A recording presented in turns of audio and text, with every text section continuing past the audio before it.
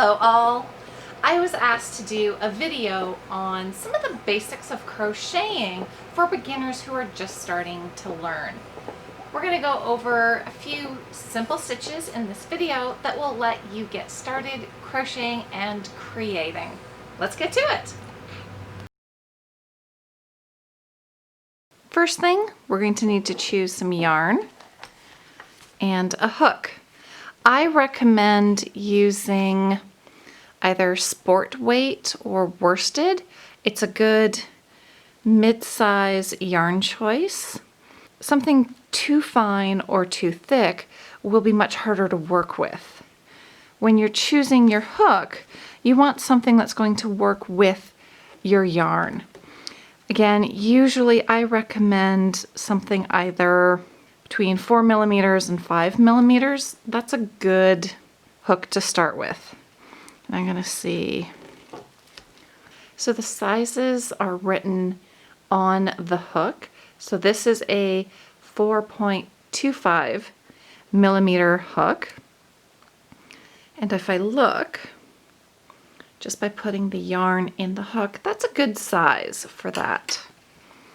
The 5mm, which is the next one up in this case, would also work. It's a little bit bigger. For beginners, I usually do recommend 4.5. That usually seems to be a good size. Hold your hook in whatever hand is your dominant hand. There are different ways of holding your crochet hook. Some people hold it like a pencil. I find it easier to get good wrist action if I just have it laying across my fingers. Thumb goes in the little flat section here. Put the crochet hook through the loop. Tighten up on your slip knot. Now you don't want it too tight, or you're never going to be able to get your hook back through this. With your other hand, your thumb and middle finger are going to hold the knot. My first finger is like a tensioner on a sewing machine. It's going to go up and down depending upon how I need to use it. And then my pinky finger is just going to hold the yarn so that I have, again, more tension. To start with, we need to have a loop to work with. To do that, we're going to create a slip knot. Create kind of like the letter P with your yarn. Put your fingers through, grab the tail, then bring it through. Now you have an adjustable loop. So if you want to start over and have a longer tail, pull on the tail. That removes the slip knot. You can move the yarn along. Again, make the letter P, put your fingers through, grab the tail, and you have your slip knot to start. The next thing we're going to do are chains. Put your hook through your loop, tighten it up a little bit. You don't want it so tight that you can't work. In your non-dominant hand, you're going to hold the yarn. Your thumb and middle finger are going to hold the work. With your hook, you're going to pick up and pull through. That is one chain. Pick up, pull through. Pick up. See how I'm rotating the hook down? That traps the yarn. Then bring it through. If you need to adjust your hold, use your other thumb and middle finger to hold the work as you move your other hand up. Pick up, rotate the hook down. That makes it easier also to go through the loop. Pick up, pull through. Pick up, pull through. You want to do a few of these until you get really comfortable with doing chains. and they're nice and consistent, relatively the same size. Our next stitch is a slip stitch. This is a joining stitch. I currently have 5 chains here. I'm going to take my hook and go through the first chain. You want to have, when you're doing a slip stitch, 2 stitches on top of the hook and 1 underneath. When you're doing a ring to start the work, it's not as critical, but when you're joining rounds, especially in like a granny square, it becomes a little bit more important to help keep the work uniform. Slip stitch is simply pick up, pull through everything. So I went through 3 loops, 2 parts of the stitch there and the 1 loop from the original chain, and I'm left with 1 loop. Now we're going to do some single crochets, and we're going to go into this center ring. It's a nice place to start putting stitches. It's a nice big hole. First though, we need to get out away from this center ring. For a single crochet, do 1 chain, that gets you a little bit higher up.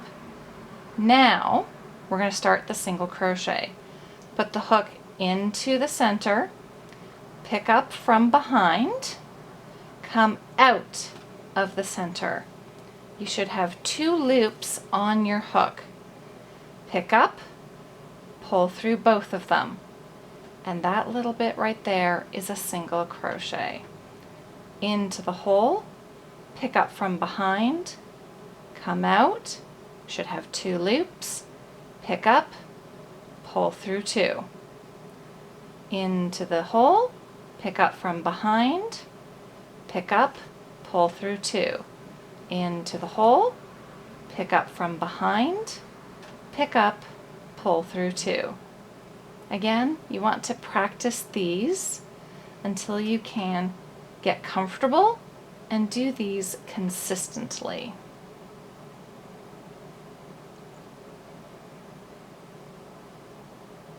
And that's what a round of single crochets looks like. One of my favorite stitches is the double crochet. Because it's double what we did for the single, I'm going to do 2 chains to get me up away from the center.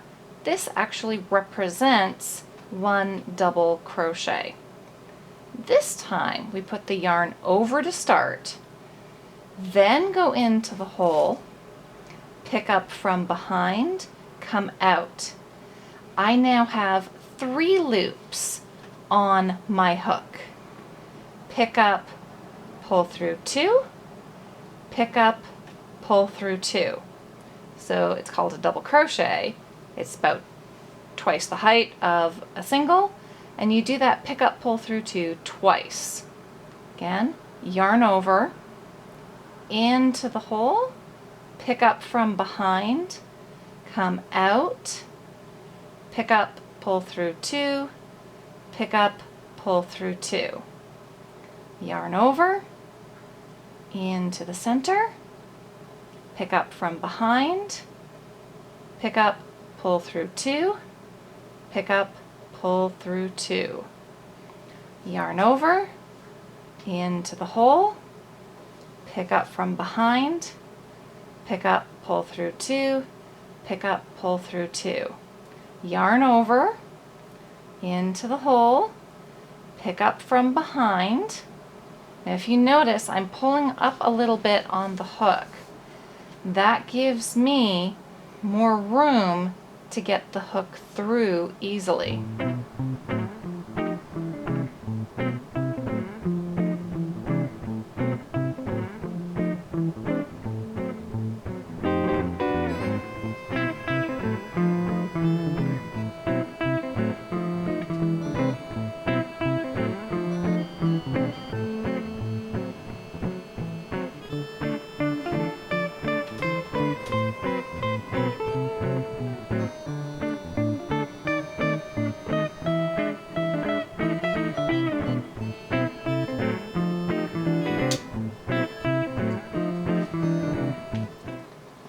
So I've gone all the way around my circle.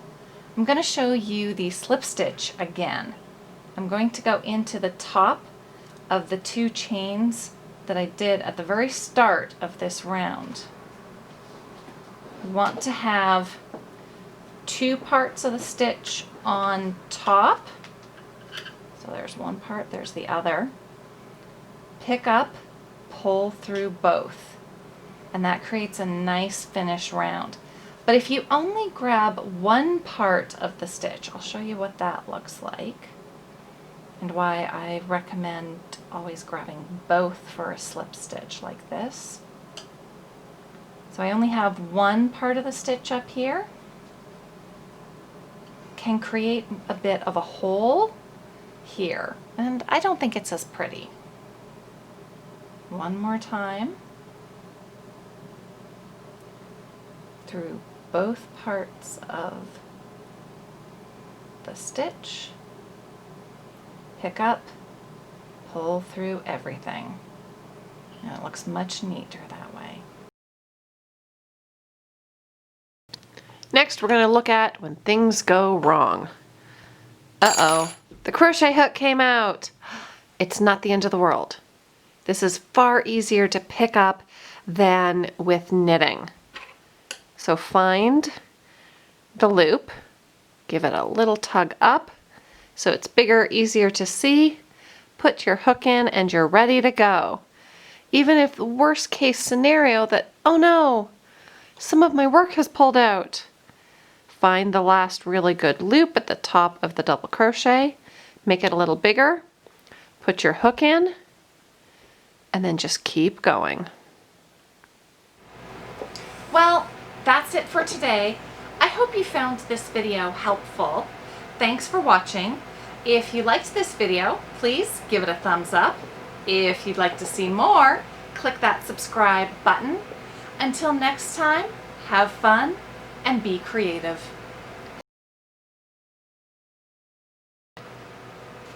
Hello all.